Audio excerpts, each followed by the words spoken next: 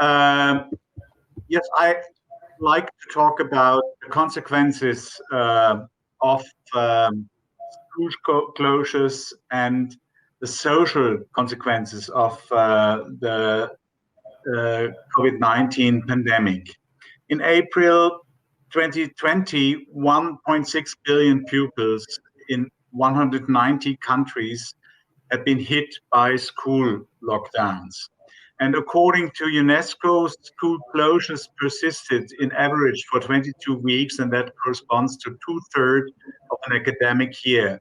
In March 2021, more than 120 million people worldwide had been infected, and more than 2.6 million had died. This world map shows you in different colors. The brighter the color is, more school closure pupils survived, and the darker, the less. You see that it was really a worldwide phenomenon all over the world that could be observed in many, many countries. I skipped the data from Germany. It's quite similar, like the international situation. But what I want to stress is that the special representative of the UN Secretary General on Violence Against Children very early published an editorial on the so-called hidden scars and the impact of violence during the COVID-19 pandemic. And she really feared that if the social environment for children is no longer accessible, those that are threatened in their homes by domestic violence, by abuse or neglect, those really have no rescue option. They don't any longer come to hospitals, to schools, and they don't meet people that can help them. And we have seen, that was too fast, something similar. We are running an interdisciplinary nationwide child protection hotline only for the medical profession. So with pediatricians, with legal doctors, and with forensic doctors and child adolescent psychiatrists and psychotherapists. And what we have seen, that we had a decrease of reports at that hotline, but what we also have seen, I will come back to this later, is that all the networks between social work and medicine, especially important for children with handicap, collapsed, because in children that had inclusion in school, they couldn't be accompanied to school because school was closed. So the contact to the outside decreased very strongly. So I have to apologize or have to plead guilty. We also published a review paper very early on the psychological consequences and challenges after the coronavirus pandemic. And what we could see from the literature is that avoidance and anxiety could be one of the main consequences, and that we should try to keep in contact with our patients, what we tried by video therapy and many online measures. But we have been very much surprised by another finding. During the first lockdown, we had a representative survey out in Germany, and 2/3 of the survey had been before the lockdown and the last third during the lockdown. So we could compare well-being in the population. And an important finding is that very old people really were very much anxious at that time in April last year just to die from COVID. And with the number of children in the household and the number of problems in a household, the difficulties increased. But the general population, during the first lockdown felt somewhat more relaxed. They had more time with the families, there was less travel, and we shouldn't talk all the time about averages and means, and have to focus more on special groups. The Hamburg COPSI study looked at quality of life in children, and you can see that quality of life diminished during the COVID pandemic. If you look at the most important problems that increased, it was irritability, sleeping problems, headaches, and we see that symptoms related to stress really increased, and handling stress in a family, if you can't go outside, if there aren't others that support you, if there's no visit at school, seems to be one of the predictors of problems during the crisis. And if you look at the results of the COPSI study, there was a third wave during January 2021. 7 of 10 children said that they had a reduced quality of life, and 3 of 10 children showed some mental or socio-emotional problems. Usually in Germany, we find about 20%, so 2 of 10. So that increased to 3 of 10 children. This is an internationally replicable finding. Here are data from Wuhan, where the crisis started, with a large sample of 7,890. And one of the major effects that we have seen had been affective symptoms. What does this mean for our work? We had in many countries, here are data from the US, strong reduction of inpatient admissions due to the reorganization of hospitals that really changed the profile of our patients. If we look at the diagnostic patterns, we had an increase in depressive disorders, in neurodevelopmental disorders during the COVID period, while other disorders didn't change from the frequency. If we look at main burdens in families, and that's a representative study published in ECAP, European study, people said that social distancing from family and friends, school closures, and childcare closures were the main burdens for families. And increase of child maltreatment in this sample couldn't be seen. People reporting there reported about a certain decrease, but this is a very low response rate on this question, and I would not rely on this. We had another convenience sample of 600 people participating in a survey, and their parents said that they had been somewhat more impatient with their children, had been more afraid to smack the child, or had been more afraid about their partner's attitude during the crisis.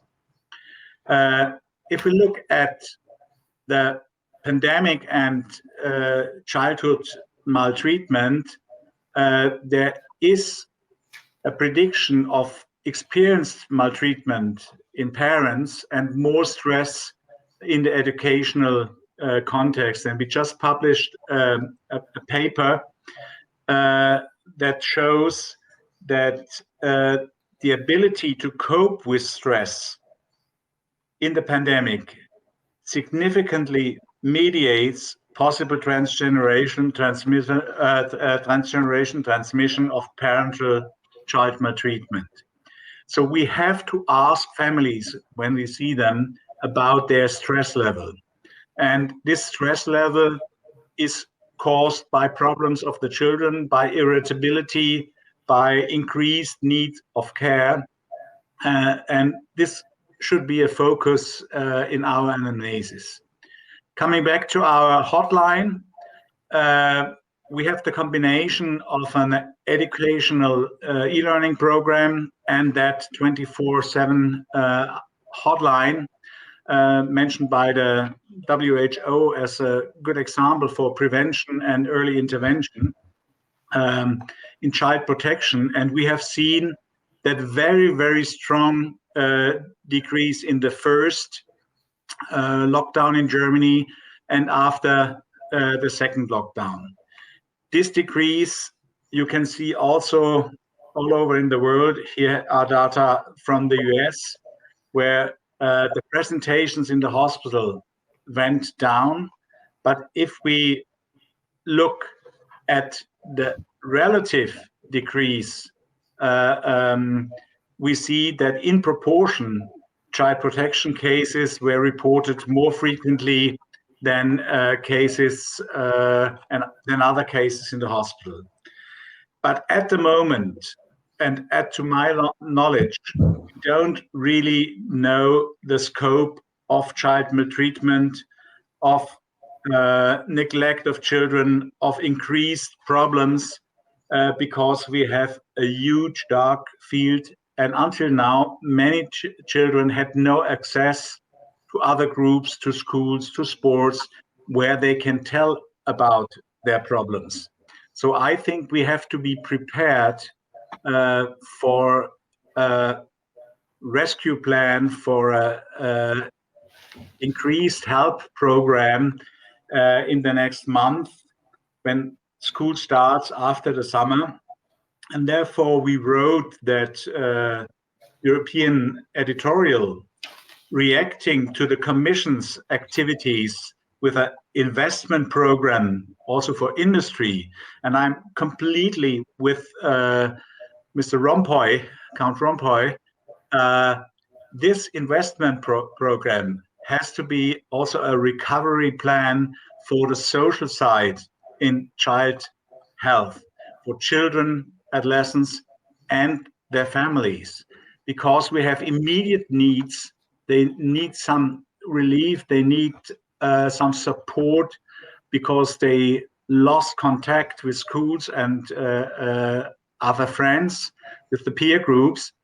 But we will have long-term investments in those that are most hit by the crisis. I'm also the head of the Scientific Council of the German Ministry of Family Affairs, and we published a similar paper in Germany where we also focused on the importance to identify and address special needs, because usually politics tries to give 100 euro to everybody. So this is a symbolic gesture, but it can't really change things. And we as doctors know that there are families who need much, much more support, and we should invest in these situations and not spoil the money for political gestures.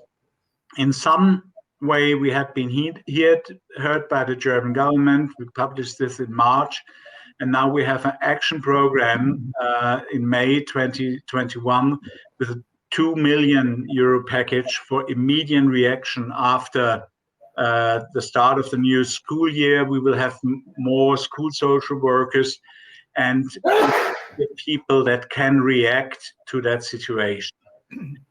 We are discussing in the policy division of the European Society of Child and Adolescent Psychiatry what we could do with respect to early intervention and indicated prevention. And we have seen in many countries, when we try to have a clinical overview, an increase of anxiety, depression, and withdrawal, with separation anxiety, social phobia, an increase of online grooming and other online activities with negative effects. And we fear an increase of school avoidance. So this should be one of the focuses. Eating disorders have increased in many countries. This will also be a problem that has to be addressed. We expect more reports of child abuse and neglect when children can have contacts in the society again. And children in transition phases, those going from kindergarten to school, those going from school to adulthood, they are more at risk to have problems because they missed an essential time for that transgression, and they will need special help in this time. We are just planning a publication of the policy division of ESCAP, and we will base our ideas on the prevention paradigm, universal prevention addressed to the whole population, where we say that coping with that time was mostly on the back of the families. They did a very important, a very good job. But still there are some groups that have increased needs, and children with disabilities are among these groups, and they need selective prevention and really early intervention or indicated prevention. And they need an access to treatment. That's what I wanted to tell you at that point. Thank you very much for your attention. I always mention Albert Einstein because he was born in my town in Ulm. He only lived there for 6 months, very early in his life. But you know that early childhood is so important for our lives. Thank you. Thank you very much, Professor Fegert. Well, what an apt beginning for this session. In your work, you introduced us to this subject, but also I think you drawing our attention to the importance of mental health in children with any change and even without change, how important this topic is.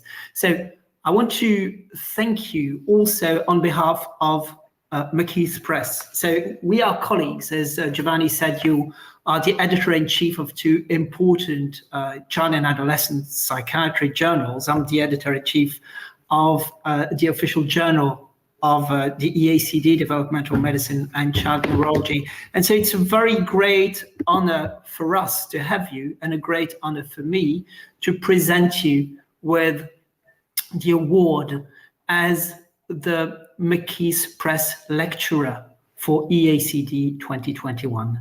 Thank you. We're really blessed to be with people like those on this session, and I'm very, very happy to be here.